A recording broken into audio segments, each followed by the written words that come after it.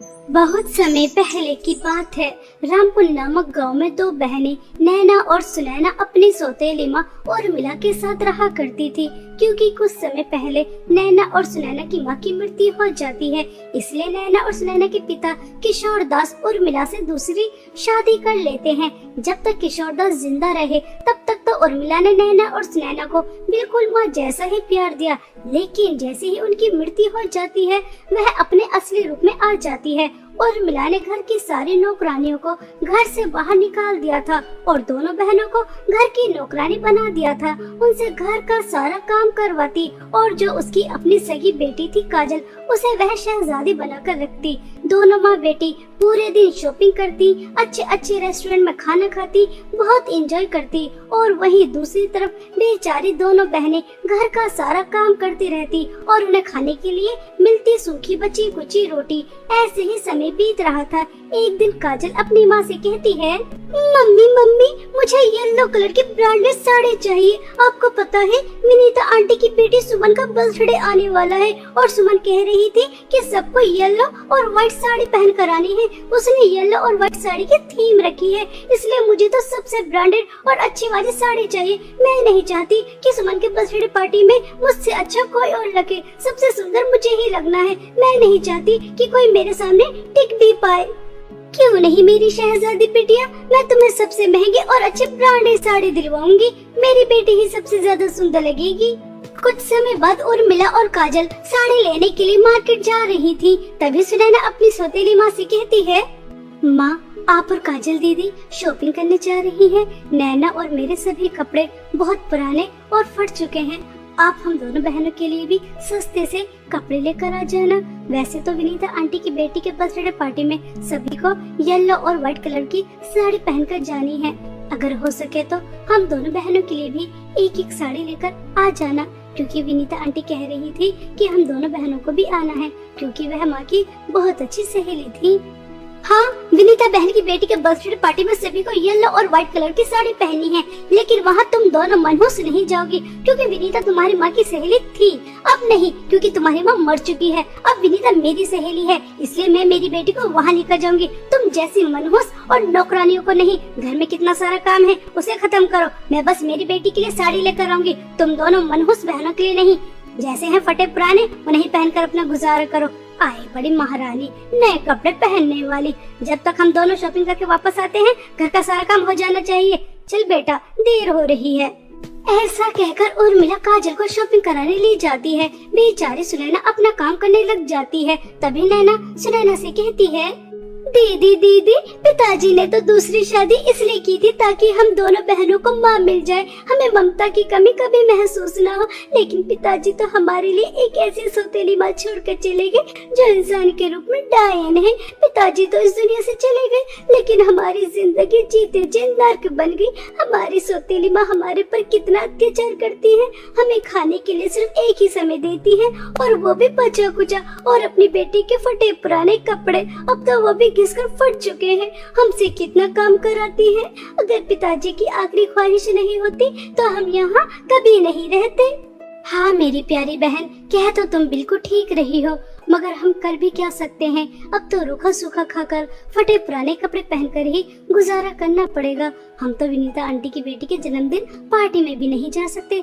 पड़ोस की सभी लड़कियां जा रही हैं येलो और व्हाइट कलर की साड़ियाँ पहनकर। हाँ दीदी, मुझे काव्या ने बताया। मेरा भी बहुत मन था साड़ी पहनकर जाने का, मगर हम जा ही नहीं सकते।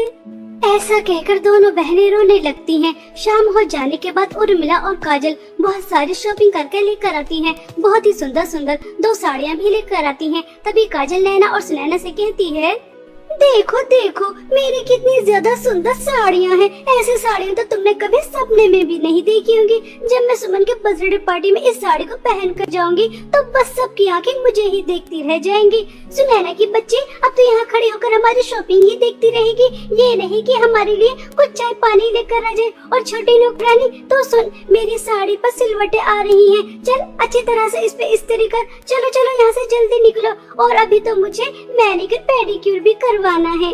बेचारी सुनैना चाय बनाने चली जाती है और नैना काजल की साड़ी पर इस्त्री करने। नैना का ध्यान बस सुमन के बर्थडे पार्टी पर ही लगा था, जिस वजह से उसका ध्यान इस्त्री पर नहीं रहता और काजल की साड़ी जल जाती है। साड़ी जलते हुए उर्मिला देख लेती है, तभी वह बेचारी नैना की बहुत पिटाई करती है और उसके बाद इस्त्री उठाती है और उसका हाथ जला देती है। इसके बाद भी उसका पेट नहीं भरता तो उसके बाल पकड़कर खींचती है और कहती है, क्यों मनहूस, तूने जानबूझकर मेरी बेटी की साड़ी जलाई है ना, ताकि वह बर्थडे पार्टी में ना जा सके, क्योंकि मैं तुम दोनों मनहूस बहनों को वहाँ नहीं लेकर जा रही। मेरी बेटी की खुशियों से जलती हो।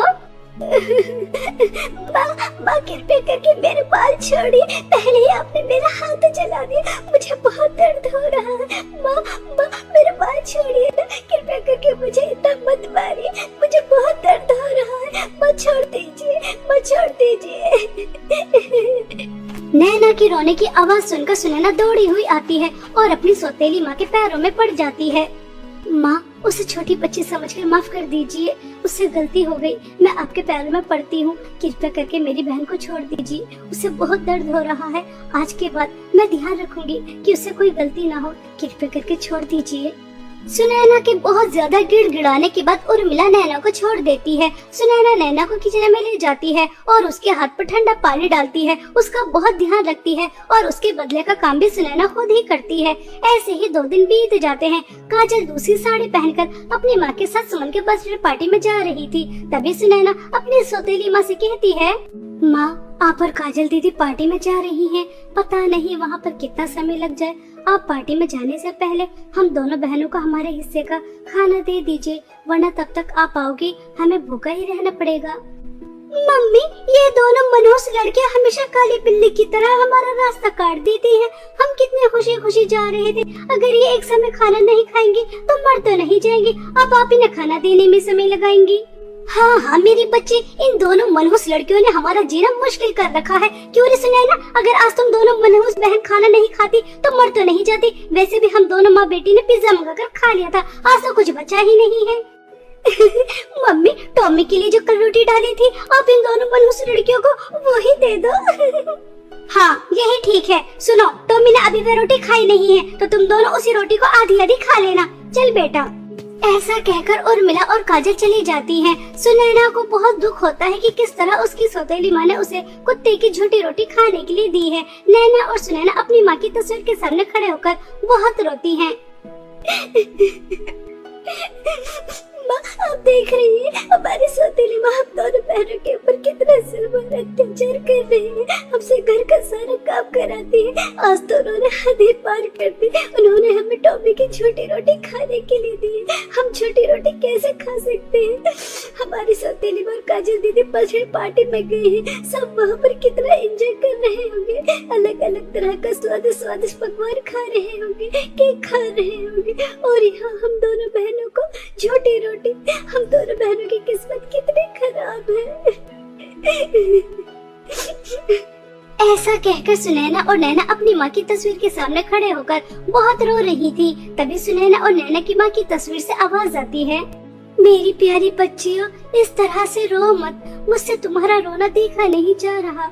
मैं जानती हूँ उर्मिला और काजल तुम्हारे ऊपर कितना जुल्म और अत्याचार कर रही हैं, मगर मेरी बच्चियों, तुम्हें उदास होने की जरूरत नहीं है। तुम भी सुमन के बर्थडे पार्टी में जरूर जाओगी, येलो और व्हाइट साड़ी पहनकर। बेटा, यहाँ से कुछ दूर चलने के बाद तुम्हें एक जंगल दिखाई देगा। उस घने जंगल में जादुई सोने और चांदी की साड़ियों का कुआं है। वह कुआं तुम्हारी मदद जरूर करेगा और तुम वहाँ से जादुई सोने और चांदी की साड़ियाँ पहनकर बर्थडे में जाना, ठीक है? माँ आखिर माँ ही होती है, माँ ही अपने बच्चों के दुख दर्द समझ सकती है, वरना दुनिया में और कोई नहीं आपके दुख दर्द समझ सकता। माँ, हम दोनों बहनें अभी जादुई सोने और चांदी की साड़ियाँ लेने कुएं के पास जाएंगी। ऐसा कहकर दोनों बहनें तुरंत जादुई सोने और चांदी की साड़ियों के कुएं के पास पहुंच जाती हैं और वहां जाकर दोनों बहनें साड़ियां मांगती हैं तो जादुई सोने और चांदी की 2 साड़ियां कुएं से बाहर निकल कर आती हैं। तभी कुआं दोनों बहनों से कहता है, तुम दोनों बहनों को ये जादुई साड़ियाँ तो मिल रही है, लेकिन तुम्हें इस बात का ध्यान देना है, ये जादुई साड़ियाँ किसी गलत हाथ में नहीं जानी चाहिए, वरना अनर्थ हो जाएगा। जादू सोने और चांदी की साड़ियों के कुएं, हम इस बात का अच्छे से ध्यान रखेंगे। आपका बहुत बहुत धन्यवाद हमें जादू सोने और चांदी की साड़ियाँ देने के लिए।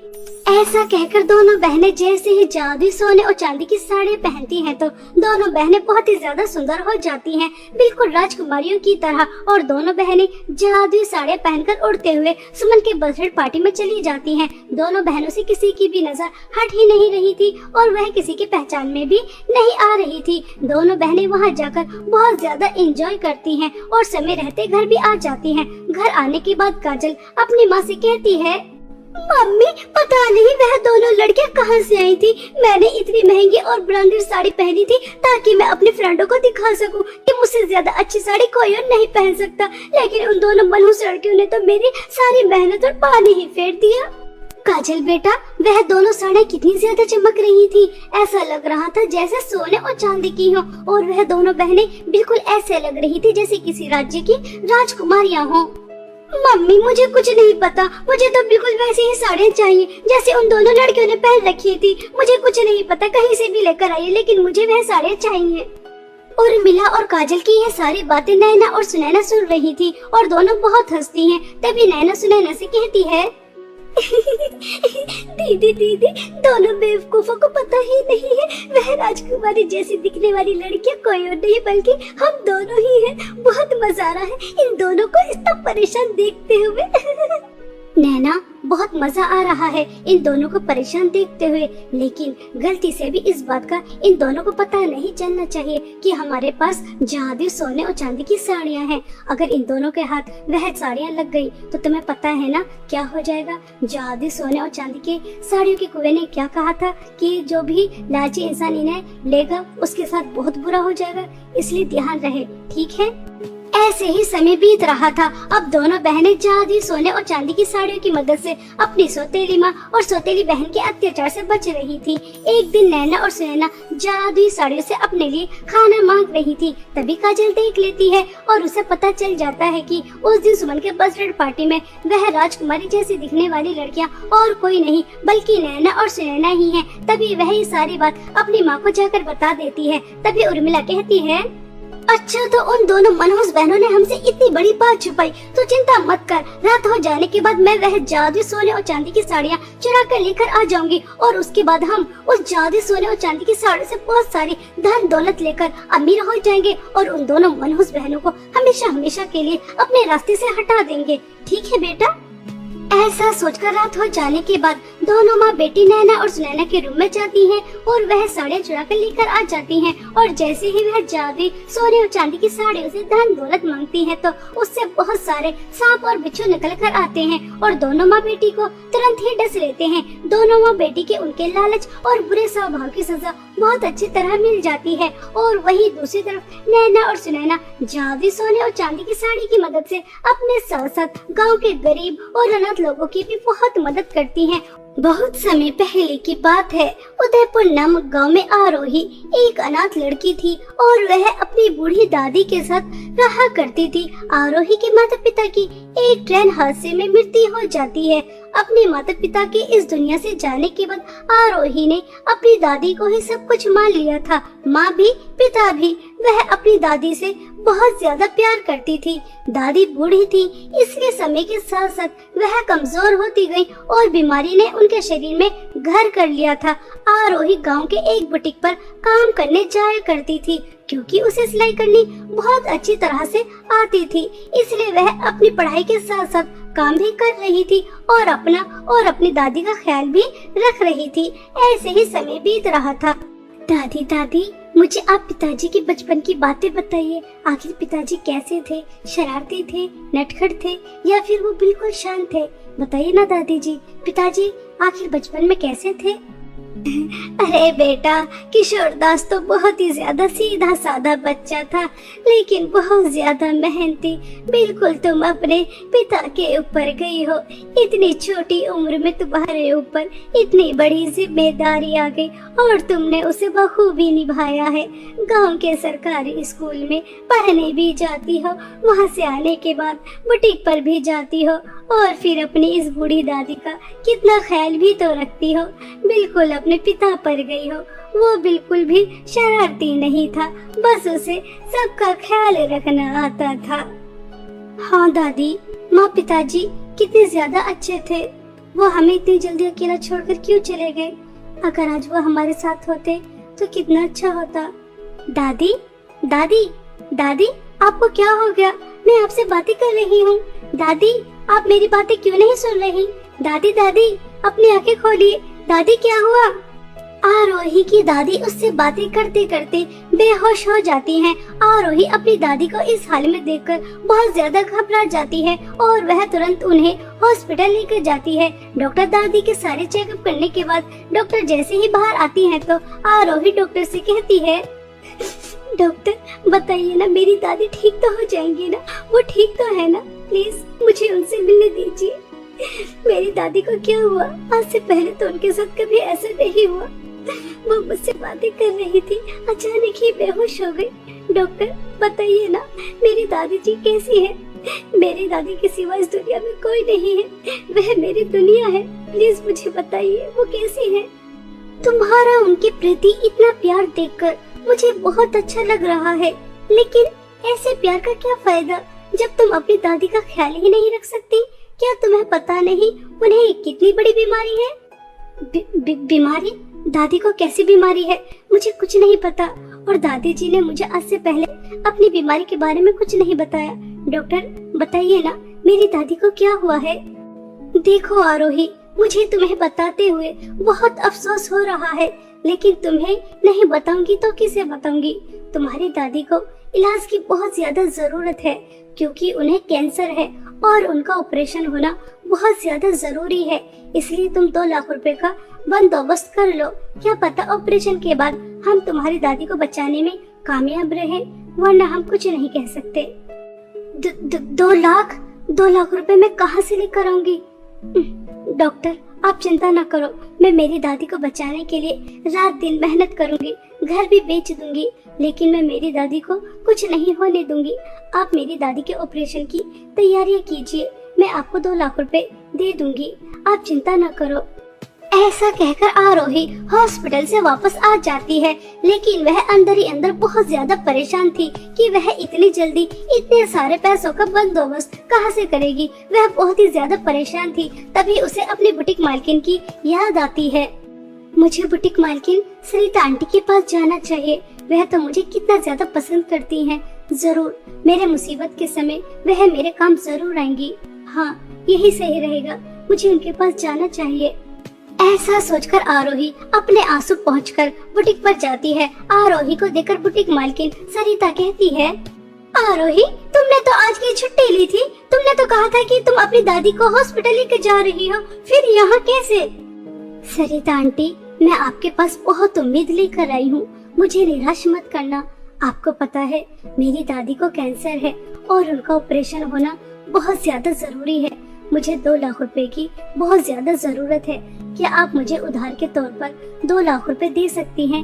मैं आपके यहाँ रात दिन सिलाई करूँगी और एक एक पाई चुका दूंगी। आपको तो पता ही है मेरी दादी के सिवा मेरा इस दुनिया में कोई नहीं। प्लीज मना मत कीजिए, मुझे पैसे दे दीजिए। आरोही बेटा, तुम चिंता क्यों करती हो?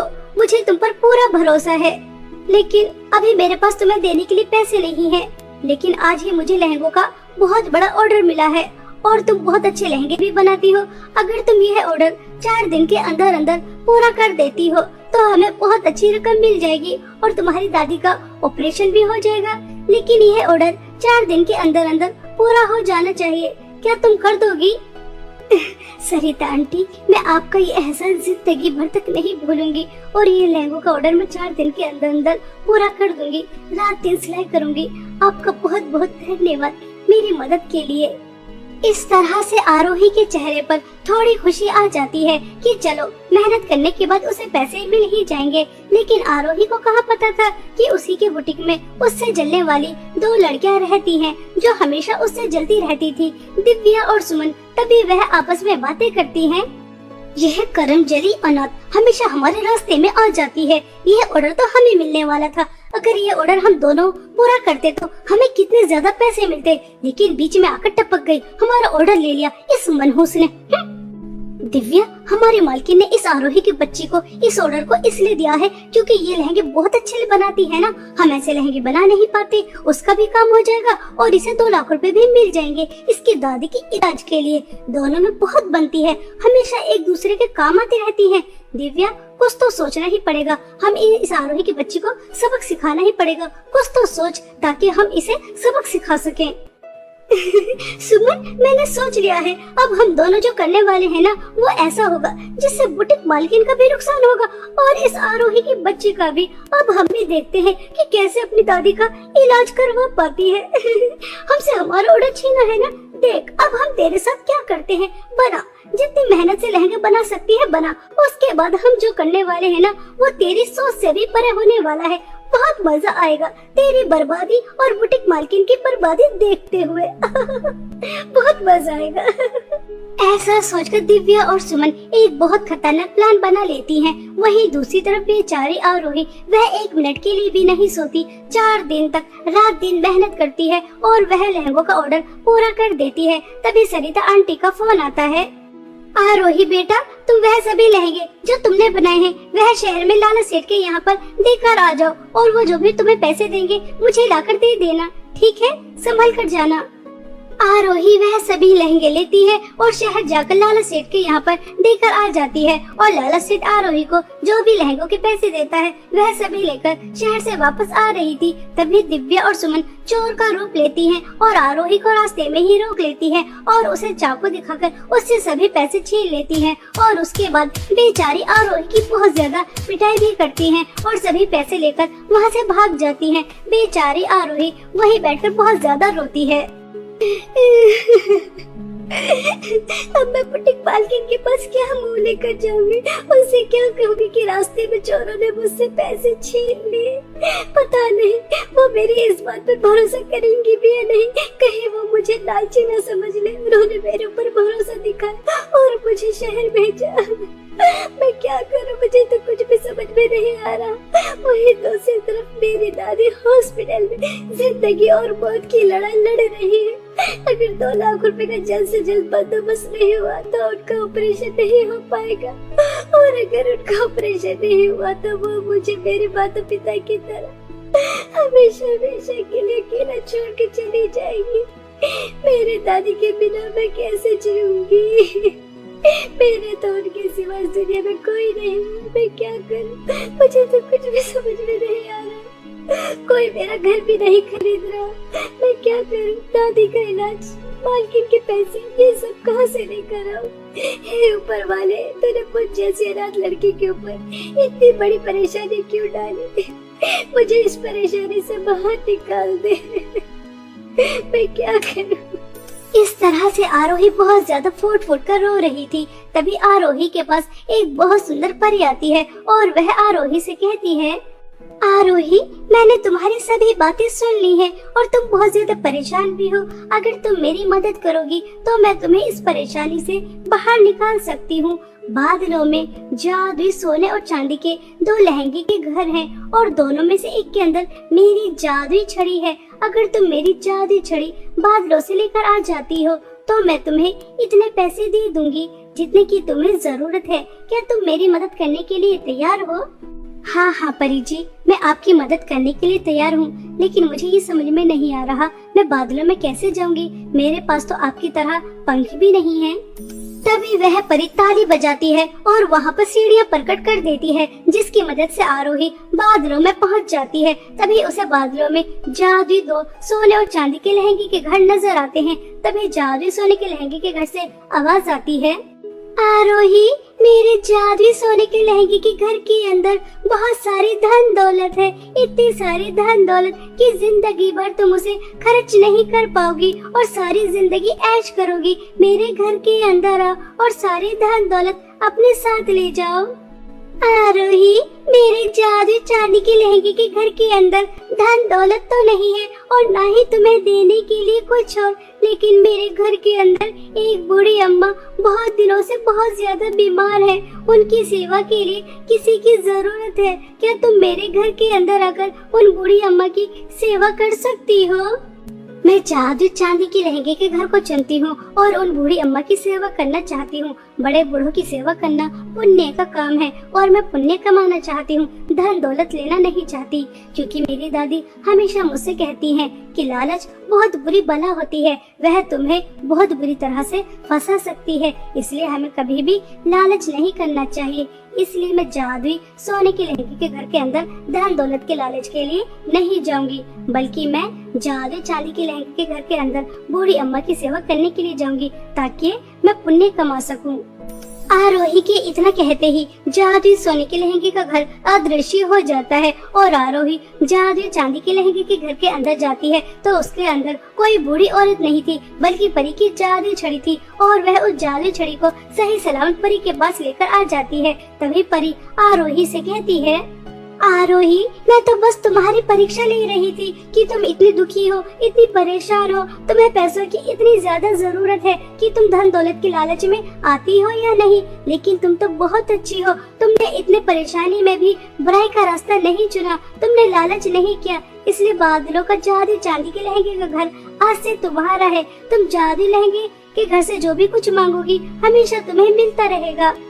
ऐसा कहकर परी अपनी जादू छड़ी से बादलों का जादू चांदी के लहंगे का घर आरोही को दे देती है। आरोही जादू चांदी के लहंगे के घर को पाकर बहुत ज्यादा खुश होती है और वह उससे बहुत सारी धन दौलत मांगती है और जादू चांदी का लहंगे का घर आरोही को बहुत सारी धन दौलत दे भी देता है। आरोही उनमें से थोड़े से पैसे लेकर अपनी बुटीक मालकिन के पास जाती है और उन्हें दे देती है। तभी दिव्या और सुमन यह देखकर चौंक जाती हैं और वह आरोही के पास आती हैं और उससे कहती हैं, तुम इतनी जल्दी इतने सारे पैसे मालकिन को कैसे दे सकती हो? तुम्हारे पैसे तो चोरों ने चुरा लिए थे और तुम्हारी बहुत ज्यादा पिटाई भी की थी, फिर तुम इतनी जल्दी इतने सारे पैसों का बंदोबस्त कहाँ से कर सकती हो? कहाँ से लेकर आई? हमारे तो कुछ भी समझ में नहीं आ रहा।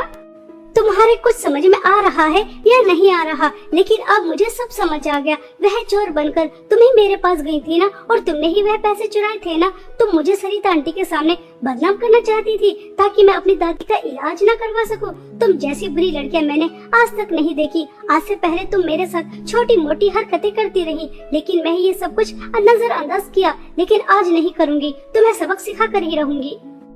ऐसा कहकर आरोही सरिता आंटी को उन दोनों की सारी हरकतें बताती है। तभी सरिता आंटी दोनों बहनों को पुलिस के हवाले कर देती है ताकि वह आगे से किसी के साथ ऐसा न कर सके। दोनों बहनों को उनकी की सजा बहुत अच्छी तरह से मिल जाती है और वहीं दूसरी तरफ आरोही अपनी दादी का इलाज करा देती है और कुछ ही दिनों में आरोही की दादी बिल्कुल ठीक हो जाती है। आरोही अपनी दादी के साथ जादू चांदी के लहंगे के घर के अंदर हंसी खुशी रहती है और अपने साथ साथ और भी गरीब, परेशान और अनाथ लोगों की भी बहुत ज्यादा मदद करती है।